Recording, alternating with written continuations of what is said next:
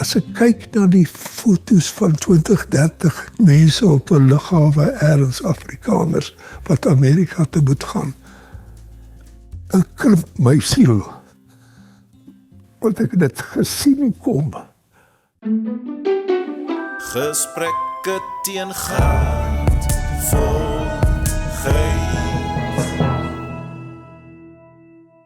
Hallo en welkom by nog een van ons gesprekke teen gatvolheid. En ek sê weer ekskuus vir die taamlike kras woord, maar soos ek al in ander episodes ook gesê het, dit is vir my die beste beskrywing van waar ons almal is. Siek en sat vir korrupsie, vir swak bestuur, vir goed wat uitmekaar uitval, maar ons bly hier, dis ons plek, dis waar ons wil wees, so wat gaan 'n mens doen om daarby verby te kom?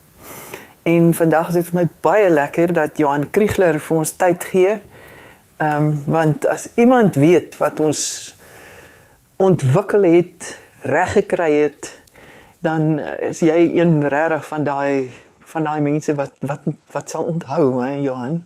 Ek is seker een van die min mense wat soveel jare kan onthou.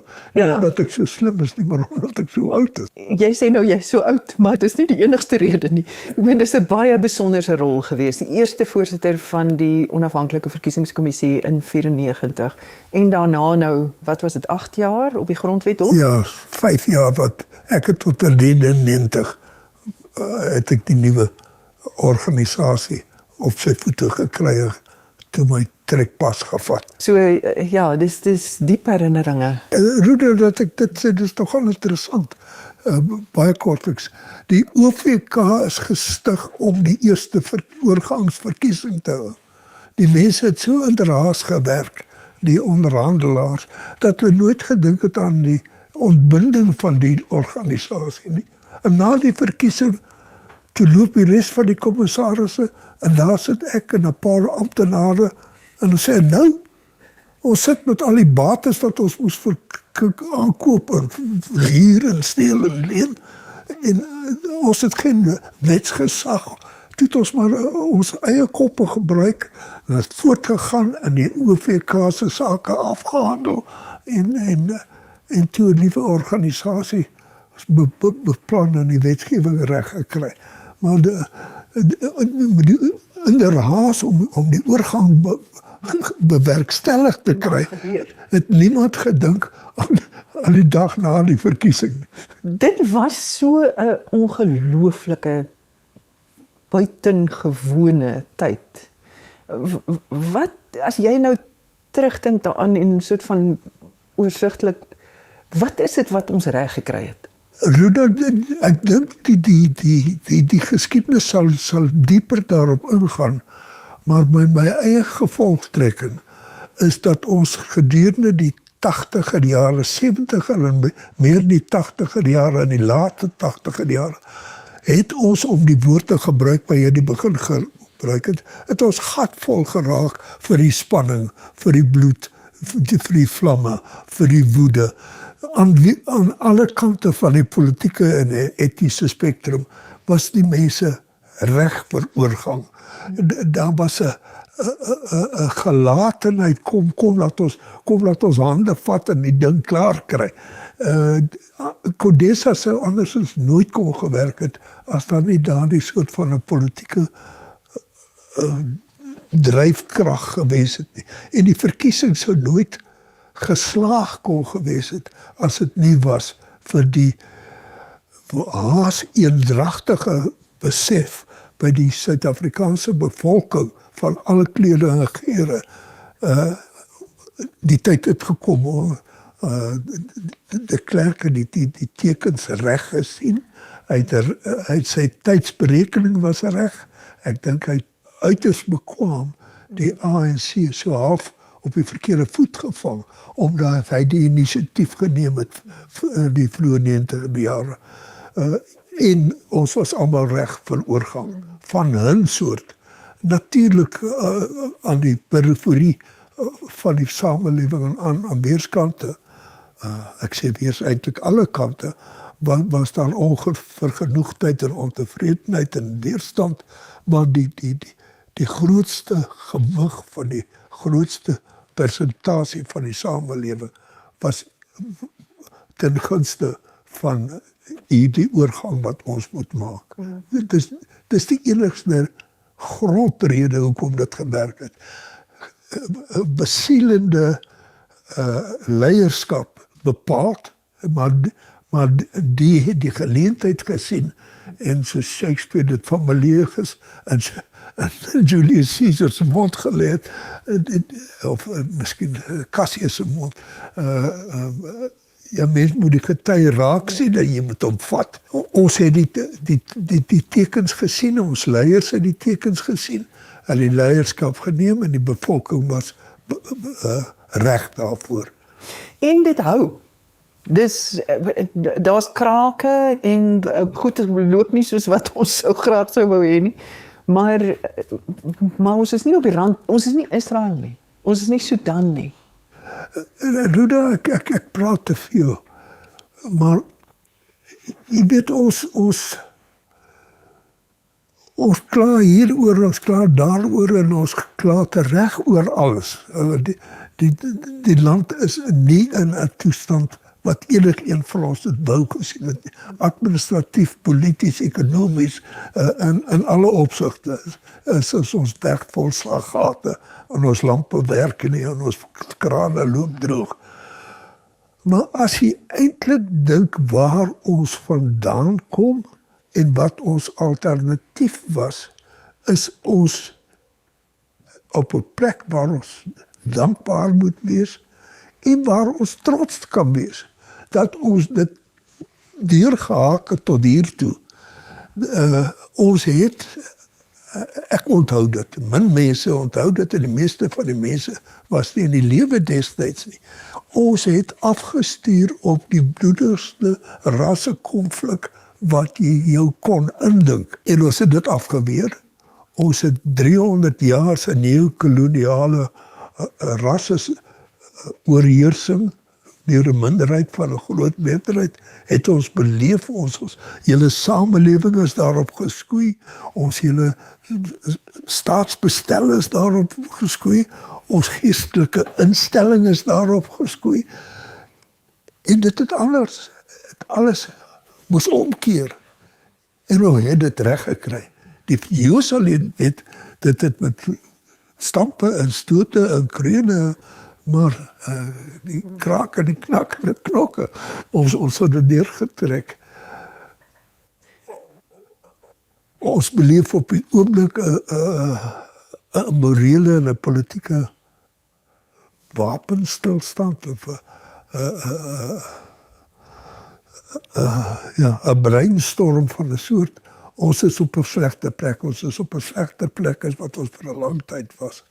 Die feit dat 'n vyfde van die parlement om besig hou met 'n ondersoek na 'n storie wat 'n afgedwaalde spioen opgedis het om vir Ramaphosa in die verleentheid te stel, is onrusbarend dat die hele parlement op loop gaan oor 'n storie oor die geld in die Rusbank. Ja. Dis nie hulle werk nie. Hulle werk is om wetgewing te aanvaar, te oorweeg, te weeg, en natuurlik die uitvoerende gesag dop te hou, maar nie self tot 'n regtelike liggaam te probeer skep. En as mense nou sê, soos wat daar stemme spesifiek in ons gemeenskap, wat sê dat ons de Klerk en die res van die span het uitverkoop, dat ons dit moes anders, kon anders. Dit kon nie anders nie. Trouwens, dat ek dit so stel, dit kon heel anders gewees het as dit nie was dat ook die leiers van die Suid-Afrikaanse weermag destyds onder geïnspireerde leierskap gesê het. Goed, ons kan die oorlog wen. En dan? Wat maak ons dan? Ons het die ANC en sy pogings het ons lam gelê, ons het doodgeskiet of gevangen geneem, dit wat ons teëgestaan het. En nou, waarheen nou? Ons sou in 'n situasies soos in Syrië of in Daar's soveel voorbeelde, ja. dank Vader en dank ons voorvaders dat ons nie in daardie penarie sit nie. Dis nie lekker waar ons is nie, maar dit sou ongetwyfeld oneindig erger gewees het as dit nie vir die insig was. En die spesifieke posisie van Afrikaners, ons het mekaar nou die laaste ruk teëgekom by Afrikaners vir Suid-Afrika, wat 'n groep is wat 'n brief onderteken het, na Trump gesê het, ons word vervolg en daar's 'n volksmoord. Hoe sien jy dit? Hoekom het jy daai brief geteken? Ruda, dit is 'n lang storie wat ek baie kort sal maak. Ek het myself oor die jare as 'n Suid-Afrikaner beskou. En dit is 'n nuwe bedeling dat ek my meer pertinent as Afrikaner kenmerk.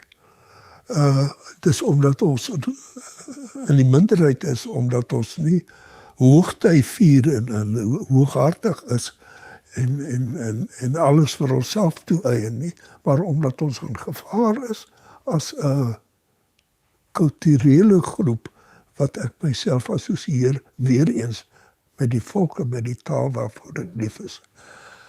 Om te sê dat ons op hierdie stadium vervolg word is snert. Ongetwyfeld nonsens. Dat ons swaar kry, dat ons nie meer die roem boven die melk kan afskep vir onsself nie. Trouwens dat ons dikwels met separatormelk tevrede moet wees. Ja, dit kan nie anders nie. Ons, soos ek het vroeër gestel het, 300 jaar se neokolonialisme moes omkeer binne enkele dekades. Dat daar wetgewing en ander pogings moet wees om die wanstand tussen die swart meerderheid en die wit bevoorregte minderheid te versoen is ongetwyfeld nog steeds so. Ruda, ons kom van 300 jaar en ons praat van 30 jaar. 30 jaar is 'n oogknip in 'n volkse geskiedenis. Dis een geslag. Dit is een geslag.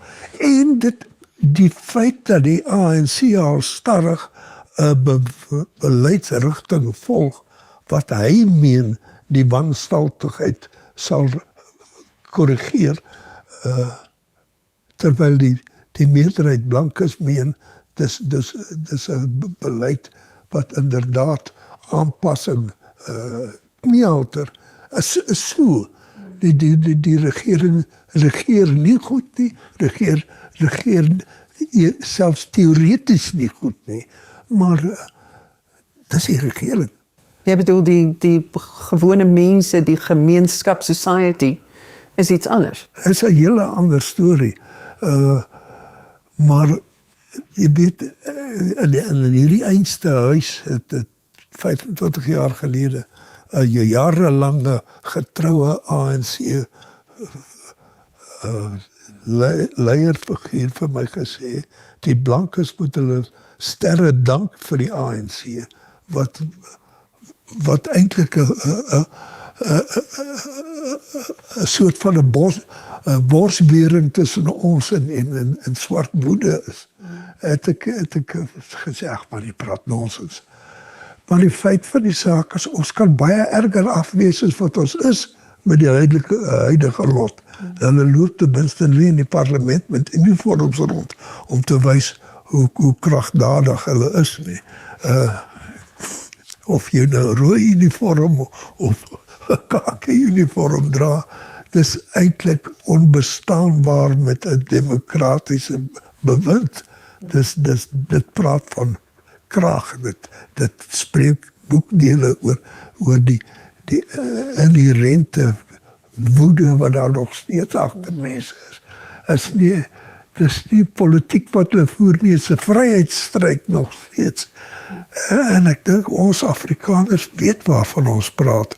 Van ons wat na 30, 40, 50 jaar na die Tweede Vryheidsoorlog nog steeds die woede, die verwyt van 1902 beleef. Nou, families is uitmekaar uit omdat jy met 'n Engelsman die mekaar is en dit was, ek meen, in my leeftyd.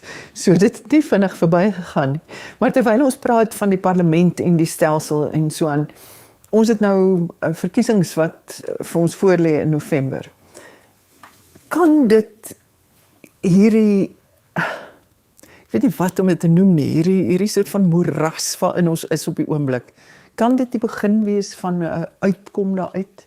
Ek sou graag wou sê ja. Ek het nog my vertwyfelinge daaroor. Jy weet, dit is 'n gemors op die oomblik. Die gemors is nie omdat ons 'n proporsionele verteenwoordigingsstelsel het nie, maar die gemors is omdat 'n proporsionele verteenwoordigende stelsel sonder 'n drempel. Jy bedoel daar moet 'n minimum wees. Dan moet 'n minimum wees.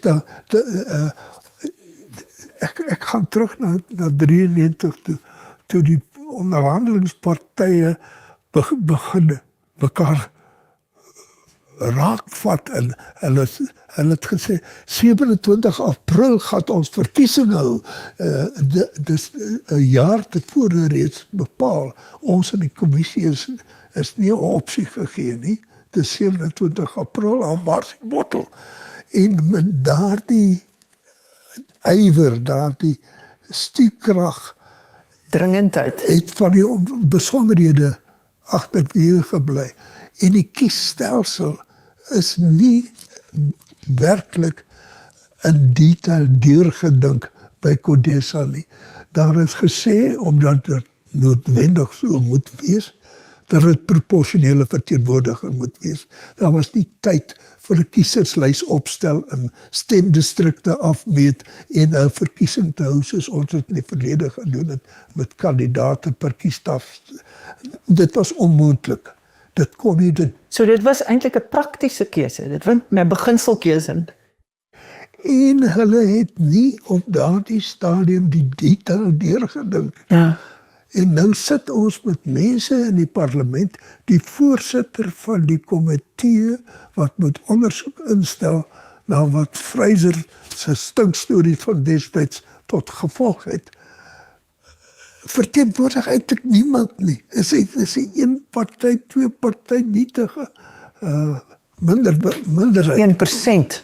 En ek is bevrees, dit gaan nie noodwendig deur die verkiesings in November Verander.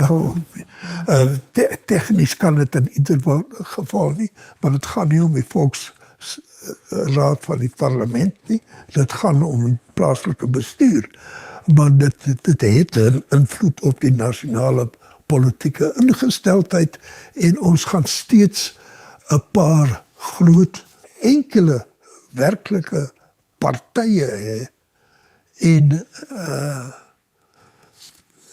die klein jakkalsies wat die wingerd bederf. Ons kan nie die hele tyd verslinte op sy baan plek maak in die parlement. Dit werk nie so nie. Maar is kiesafdelingsverteenwoordiging per kiesafdeling beter? Die Britse stelsel, die tipiese Westminster? Ons hoef nie te debatteer oor teorie, oor wat in Engeland werk, of wat in Nieu-Seeland gewerk het en nie meer werk nie. Ons het die laaste 30 jaar proefondervindelik bewys op plaaslike bestuursvlak dat een lid vir kiesafdeling 'n plaaslike bestuursvlak niks beter werk as die wat deur die party benoem word nie. Jy wen in 99 uit 100 gevalle, wen jy nie 'n kiesafdeling in jou eie reg nie. Jy het 'n party se steun nodig. Jy het die party se stuurkrag, se organisasie, se voetvolk nodig om verkies te word. En dit kan die ding skeeftrek, soos wat ons nou onlangs in Brittanje gesien het, dat die party wat elke kiesafdeling so net wen, het nou 'n landslide. Presies. Maar dit is nie, hulle het iets soos 33% van die stemme gekry. So Dan het ons nog nie gepraat van wat ons in Suid-Afrika geken het in die ou dae en wat ons in Amerika daagliks sien, dat jy konkel met die Met die kiesafdelings, ja. Ja. en as jy hom so sny en so sny, dan kan jy as die beheerende party kan jy Jouself mooi bevoordeel. byvoorbeeld En hoe was jou huis? Hoe was die ingesteldheid soort van die ek kom uit my pa se kant, my naamgenoot Johan Kriegler is deur die Engelse doodgeskiet in die 3-jarige oorlog. My oupa aan moederskant, Koos van der Walt was ook soos oupa Kriegler 'n kommandante, 'n smutsman, 'n botaman. So aan daardie kant was ons, my ma se mense is sappe, my pa se mense is bitter sterk nattes. Die jong mense sal dit nie eers verstaan nie, maar dit was 'n skeuring in die stam. Maar my pa was 'n verbete soldaat wat gesê het sy taak is om na die bevele van sy regering te luister en dit te gehoorsaam. Ons het geen politiek in die huis gehad in my ouer huis nie.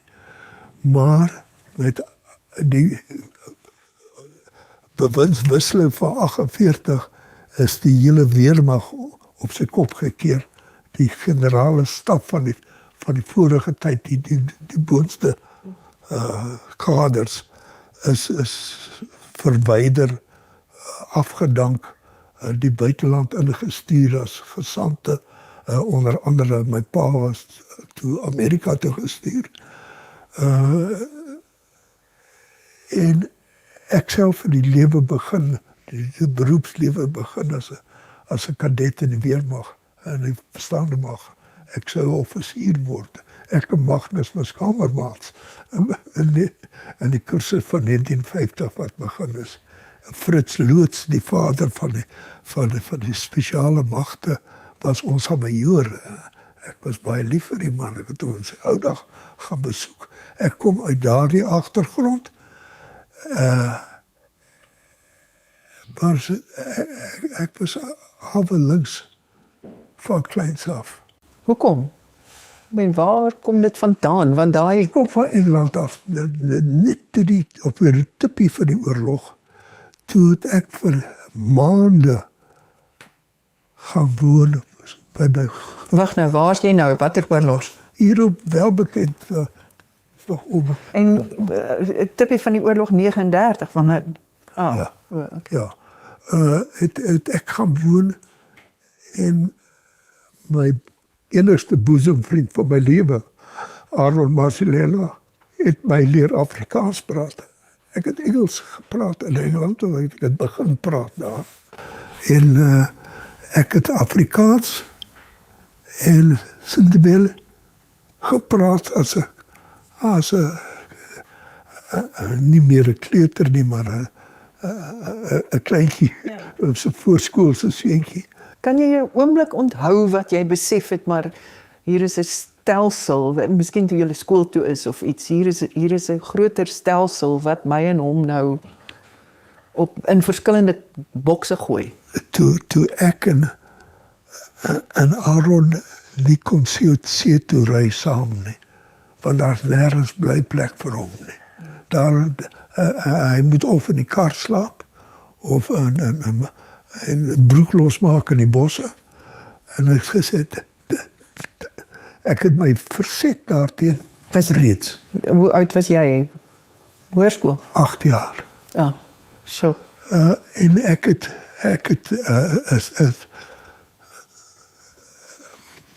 by die sappe in die 50er jare nie aanknoping gevind nie.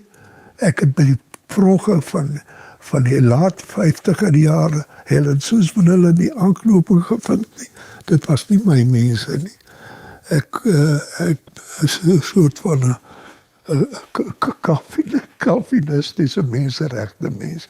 Ek het werklik geglo, en ek glo nog, dat ons geskape is in die beeld van die Skepper. En as sodanig geregtig is op volwaardige erkenning ongeag jou kleur en dan loop jy met skurwe haakskene. Jy is geregtig om ten volle eerbied te ontvang en erkenning te ontvang as wese, as mens. Ek het met Tomlinson lank gesels, en hy was professor in Turkish. Tomlinson, wat het hy met die tuislande te doen gehad? Want dis die konneksie in my kop. Hy was professor in onder andere ekonomie aan die Universiteit van Pretoria. Hy het die opdrag gehad, die Tomlinson Kommissie is aangestel om die planmatigheid van ontwikkeling van die afsonderlike tuislande te boekstaaf, dit akademies vas te lê, te regverdig en om die rigting te gee. Wat was die inhoud van julle gesprekke? Die inhoud van ons was gesprekke is dat dit alles eintlik oorverblindery is. Dit kan nie werk nie. Die tuislande is nie lewensvatbaar nie. Jy kan nie dink dat jy ekonomie gaan skep nie. Die ekonomie skep homself. Mense gaan waar mense is. En dis hoe dit werk nie. Jy was maar, wat, 23 op daai stadium? So, dis regtig van die begin af? Begin af. Ja. Ek wil advokaat word. Ek het advokaat geword aan die einde van die 50er jare. Ek het die lus gehad vir Pretoria, polities en sosiaal nie. My destydse vrou en ek, ons het gedink daaraan om uit te wyk na die beoogde federasie, Sentraal-Afrikaanse Federasie, van die twee Rhodesies van destyds en Nyasaland. Want dit was ook Engelse oorverblindery, net soos Tomlinson. So julle het nooit oorweeg om Australië toe te trek, of Amerika of Canada of? Ons het in 1959 het Laura en ek gaan sit en gesê, ons is hier gebore en ons gaan hier dood. So. Ons agterkom dat die Engelse besig is met 'n skelmstreek in Rhodesië. Suid-Afrika is waar ons is en waar ons sal bly. Ons het Johannesburg toe getrek omdat dit die atmosfeer losser was, die gees anders was. En ek het baie gelukkig saamgeleef met 'n paar mense in die kerk. Onder andere deurdominee by, maar nog iets voor ek met hom betrokke geraak het. In die Christelike Instituut was daar diep gesprekke oor apartheid en die morele bestaansreg daarvan. Maar dit was nie maklik gedaan nie. Vir die ANC het ek tyd gehad. Ek kon verstaan wat dit is. Ek het onder andere 'n paar dae tydens die Rivonia verhoor gaan bysit en luister. Ek was toe reeds advokaat. Maar die ANC was in sigself verdeel. Die kommuniste wat die leierskap geneem het, wat die enigste werklike bekwame gedisciplineerde groep was, het die swart bevrydingsbeweging se intellektuele basis geskep. Dit was duidelik vir my in ieder geval. Ek het vir die uit geloofsoortuiging die kommunisme my teen die bors gestuit. Die miskenning van die onsterflike eer van Homo sapiens, wat hulle ek was 'n vriend van Frank Brandvisser. Hy was my pa se ouderdom. Hy was vadersfiguur vir my toe ek by die balie begin. Maar sy kommunisme, sy Stalinisme het my teen die bors gestoot. So ek het ergens in die politieke woesternij geloop. Ek het deur dinge soos verligte aksie probeer leiding gee. Ek het Japie Beson op 'n stadium gesteun toe hy van die Nasionale Party weggebreek het, want dit was Afrikaans geleide verligte interpretasie wat in grondslag was, apartheid is 'n leuen, dit kan nie werk nie, en dit gaan nie werk nie. Inteendeel, dit is besig om die Afrikaners se bestaansmoontlikheid in Suider-Afrika in gevaar te stel. En dit het toe so uitgewerk. Maar dan moes die onderhandelinge, en ek wil nie net sê 94 nie, dit is te spesifiek, maar die hele oorgang moes vir jou 'n intens emosionele ervaring ook gewees het. In der waarheid so, ek het die pogings, die floue en onwerkbare pogings tot 'n 3-parlementstelsel, die kamerstelsel en die skepping van die bonte Bophuthatswana en standhouding van die korrupte Transkei en Ciskei met cynische oë dopgehou.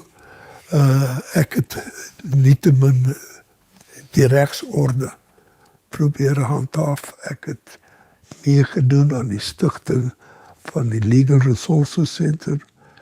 Ek was een van die stigterslede daar om te probeer deur wetgewing en deur regspleging van die ergste misstande van die apartheidregime te werk, en dit het geslaag. Ons het met enkele kardinale rechtsgedingen daarin geslaag om Bresse te slaan en die granietmuur wat ons geconfronteer het. Rechtslui vir mensenregte was ek 'n stigter, trouwens die stichterspresident, om die ergste van die apartheidregime se invloed op die bestaanswêreld van ons swart medeburgers te werk. En toe dit duidelik word in die vroeë 80er jare, apartheid is op pad uit. We weet net nie hoe om die leeu uit die hok uit te kry nie. Ons wil, maar ons kan nie, en hy behuiwer, en hy sê, ons gaan die Rubicon oorsteen spikbote adverteer. Luister net, people gaan kom. Ek het dit opgehou, ek het vir Kobie Coetzee gaan sien. Ek het gesê, ek wil 'n regter word, ek wil die transisie help bewerkstellig. En so het ek toe van 84 af gesit en wag. En toe hulle my aanwys as voorsitter van die verkiesingskommissie, het ek dit as 'n besturing beskou. Dis waarvoor ek geleef het. So dit jy dink in terme van roeping, van O ja. ja. O ja. Dis ek weet nou nog nie op grond waarvan ek benoem is nie, maar dit het my wel geval, ongetwyfeld. En toe ek daarna in die konstitusionele hof beland, ek was nie 'n konstitusionele regskenner nie. Ek het my beskundighede wat regskundigheid het op ander vlakke gelê, het ek my daarop toegespits, en ek dink ek het 'n bekwame werkstuk afgelewer oor die 8 jaar wat ek daar was.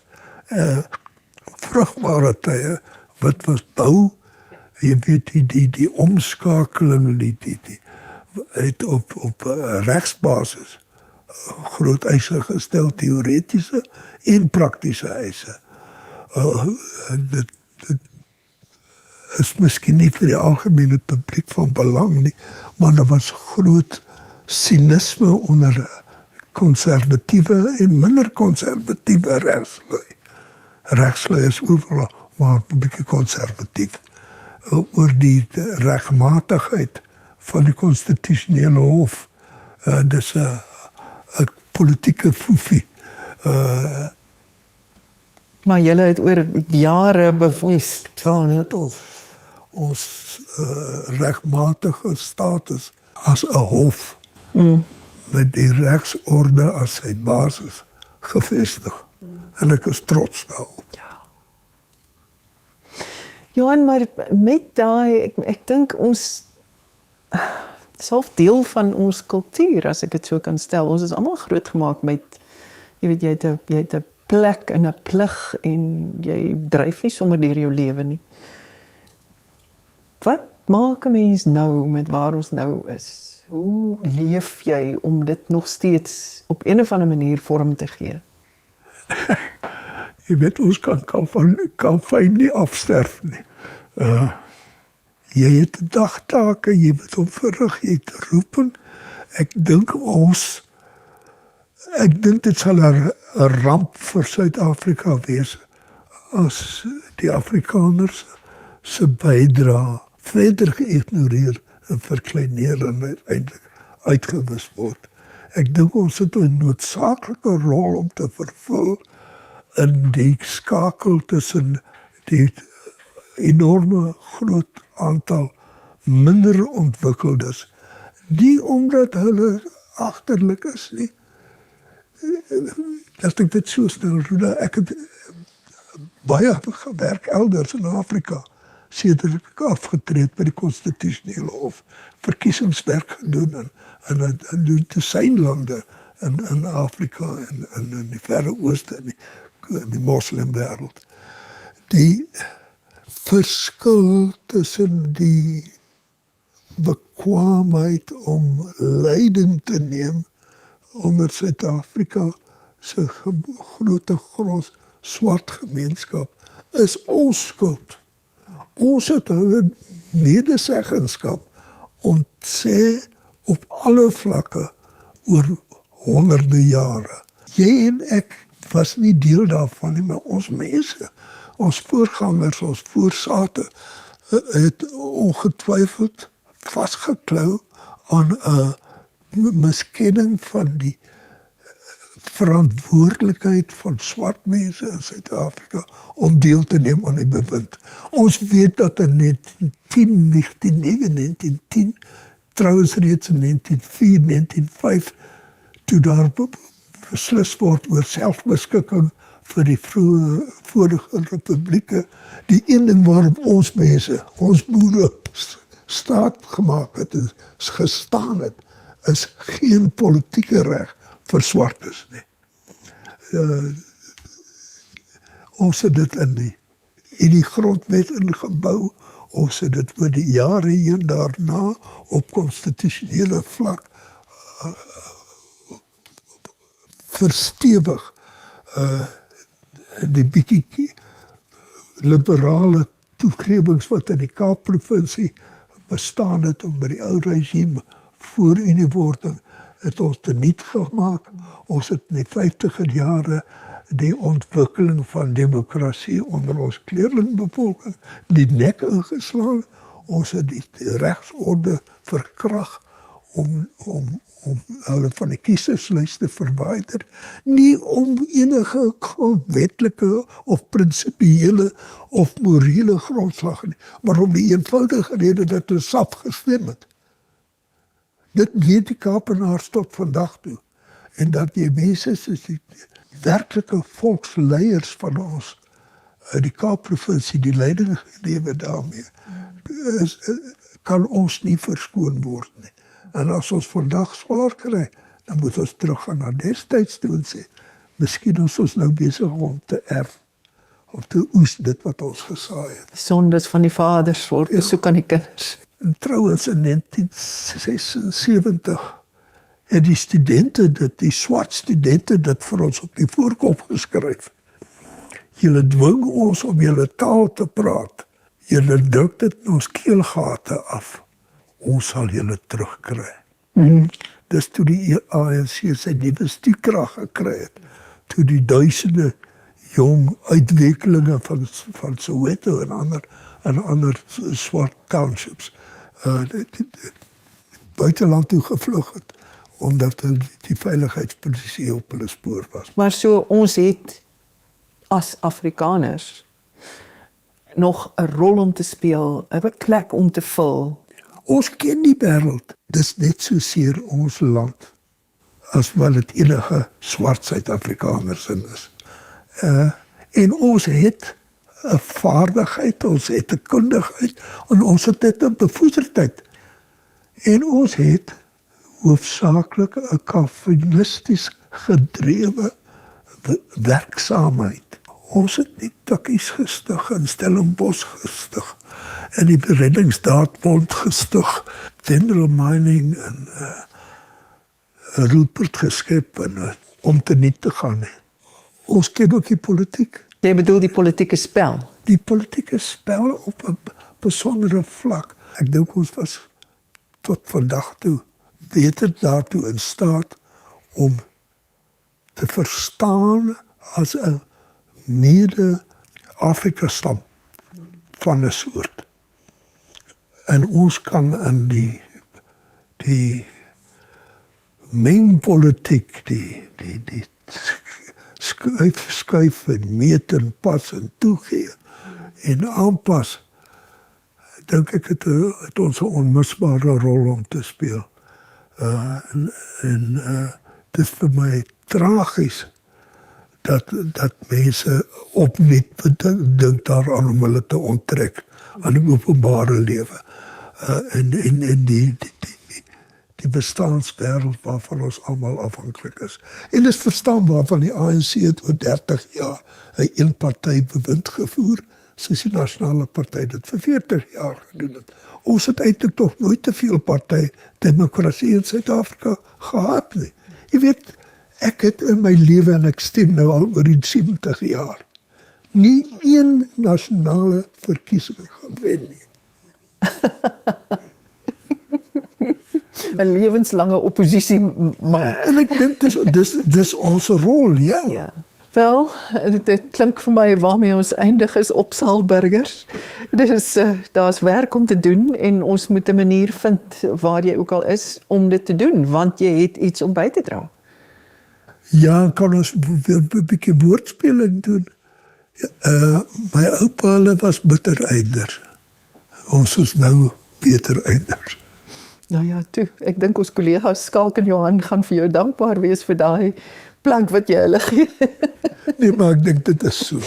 Ek dis nog steeds dieselfde opsaal van destyds op 'n ander manier. Baie dankie vir julle, vir ons luisteraars en kykers. Dankie vir julle tyd. Tyd is 'n skaars ding deesdae, so en tot 'n volgende keer. Totsiens. Gesprekke teen graad vol